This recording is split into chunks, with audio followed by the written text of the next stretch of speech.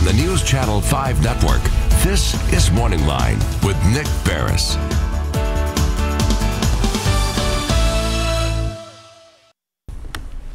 Good morning, everyone. Thanks for joining us on MorningLine. Nick Barris here on a Monday. I hope you had a nice weekend here in the Middle Tennessee area or wherever else you are watching us, and especially that your mother. If you had time to spend with your mother on Mother's Day, I hope everyone had a great one. It was beautiful. And I'm hearing from more people on Facebook telling me, what it was they did and had a great time. And so I hope that was had by all. And we're back at it on this Monday. I'm here at the News Channel 5 studios. Again, continue to come down on a day when the city of Nashville is about to enter into phase 1 of the reopening. And I know a lot of people looking very forward to that, of getting back to work, as much of the rest of the state is slowly doing so with safety still in mind, but reopening and letting people, I think, get back to work and the like. I think a lot of people ready for that. Let's just do it safely. So a lot of elements to COVID-19 that we continue to discuss. And we've got 3 great guests joining us throughout the show today. And as always, I'll invite you to join in the conversation. We'll put the phone number up in a moment, and we will take your phone calls here on the plus, 737-7587.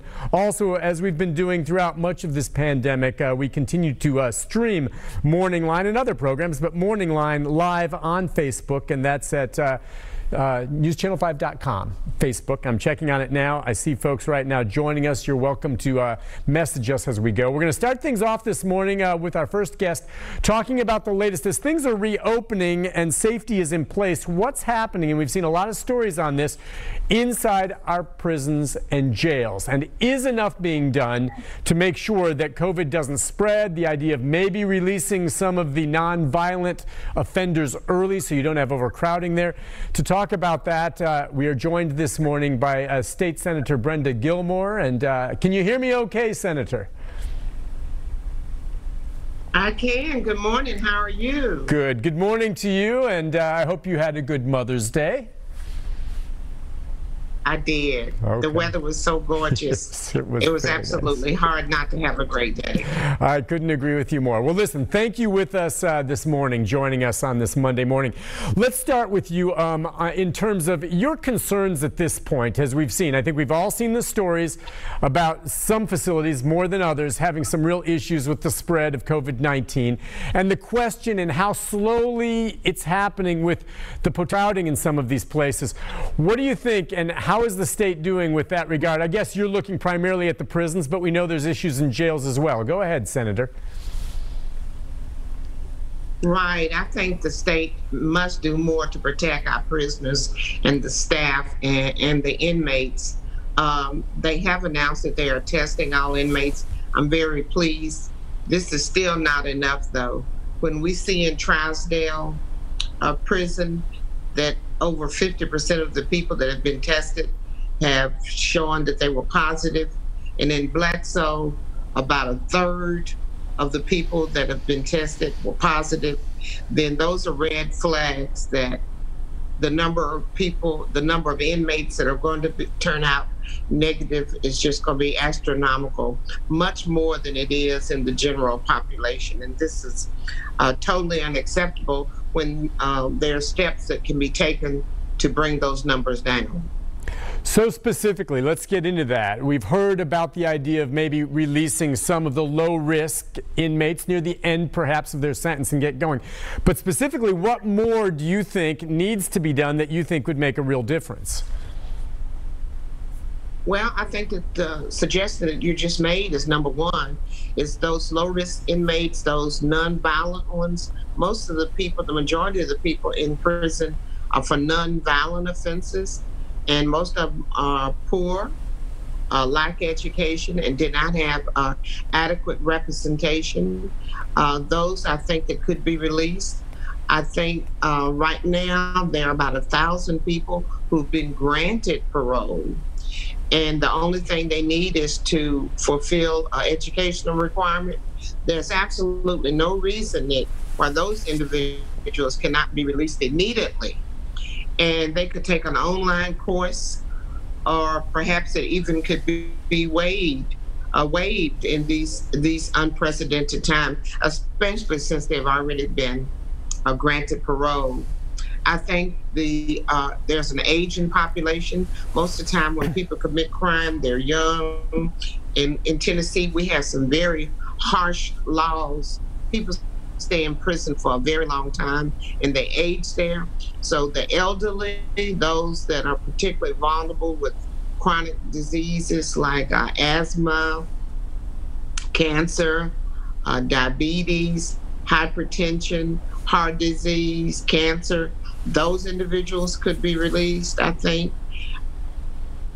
Moms who are pregnant, I think they certainly could be released.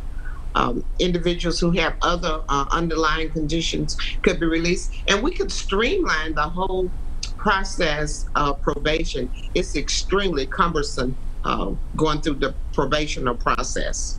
Those are some of the things that I think that we could do immediately to bring the prison population down, because it's just virtually impossible for the inmates to maintain social distances in prison. And when we see infection rates anywhere from 33% to 50%, then I don't think that we should continue to wait till more inmates die before we take action. All right, I'm wondering then what you think is slowing things down. Now, I know here in Metro there was the talk of maybe some blanket plan where they would release, and they decided against it, the judges, and they said, we'll look at it case by case. I think the general public out here recognizes these are folks incarcerated, paying their debt to society, but if you're convinced, especially some of them who are just being held right now without bond while they're awaiting trial, if they can be released in nonviolence, I think most of us would agree, as long as they're not a threat to society, let's do that. And I think a lot of the sheriffs and judges would agree. So why is it taking so long? I mean, what you suggest are things they say, yes, I think we can do this, but it doesn't seem to be happening quick enough. Well, I agree that, again, those nonviolent cases, I'm not in any way suggesting that people who have committed really heinous crimes, that we should release them, open the doors, and just let them out. But those who are in there for drug offenses, first offenses, nonviolent offenses, then I think that we should release them. Now, I know in the case where we have contracts such as Core Civics, I think, my personal opinion is, and I will submit this, that the only reason that we're not has to do with the fact that we're just making money off of these prisoners. And it's to the advantage of these contractors to keep the prisons filled. Again, most southern states, including Tennessee, have extremely harsh laws. People get an enormous amount of time, sometimes for first-time offenses. And so, therefore, it creates overcrowding of our jails as well as our prisons. So what can you suggest from the legislative level now? I mean, is there something that can be discussed? I mean, time is of essence. That's the problem here, okay? And we're moving forward with reopening in a lot of areas. So what more can be done from your perspective as a state senator? Well, I know our governor has, that is one of his pillars, was reforming criminal justice reform. However, we just have not seen it play out in the legislature so far.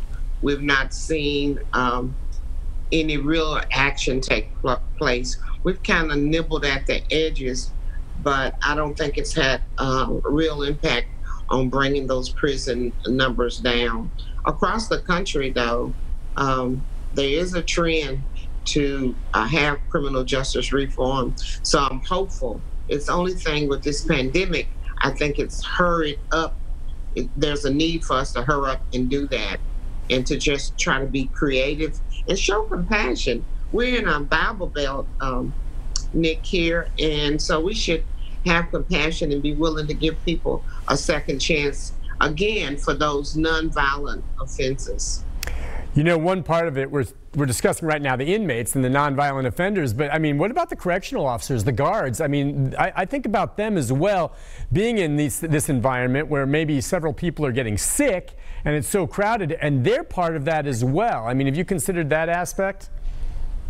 Yes, absolutely. The staff and the prison guards put themselves in harm's way every single day. They are considered what essential workers, and they go in Trousdale when over 2,000 inmates are there, and about 1,300 of them were infected and tested positive for this virus, and over 50 staff members and guards also tested negative.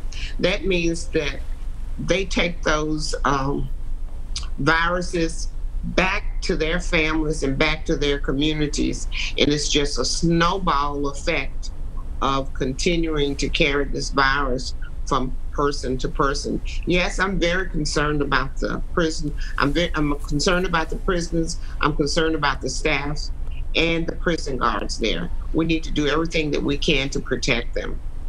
They're putting their lives on the line for us. Absolutely. Some of the frontline workers in this pandemic. Listen, Senator, we thank you very much for coming on. It's something important to talk about. You're right. They're going to hopefully be doing more testing, get up at that and running. And we'll see if district attorneys around the state start taking a closer look and hear what you're saying and others about maybe let's move forward and try to thin out some of the folks being held behind bars who can be released safely. Thank you very much, Senator Gilmore, for joining us this morning.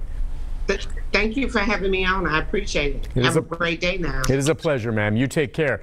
Listen, we will take a break. That's one aspect of things. It was good to hear from the state senator. Next, we'll hear from State Representative Mike Stewart. He's got some thoughts and opinions on the concept right now that really is key as we reopen things in the state, is the contact tracing, you know, to target areas that are hot spots as we open, to keep people safe and make sure we continue to follow where there are cases that emerge and take steps to keep that contained so that we can continue to open things up and move forward, which is what I think all of us want, just to do it safely. So we'll take a break. If you have a question or a comment, you can call in. We'll try to get to some of those before the end of the show. We're also streaming live on Facebook and at newschannel5.com. Follow along there. As I said, we'll try to get to some of your comments and you know, just follow along with us, listen as well as we continue. Next up, Representative Mike Stewart and contact tracing, what that is and how that's working right after this. Leisure wants you to stay safe this summer. It's our Vacation at Home sale. 24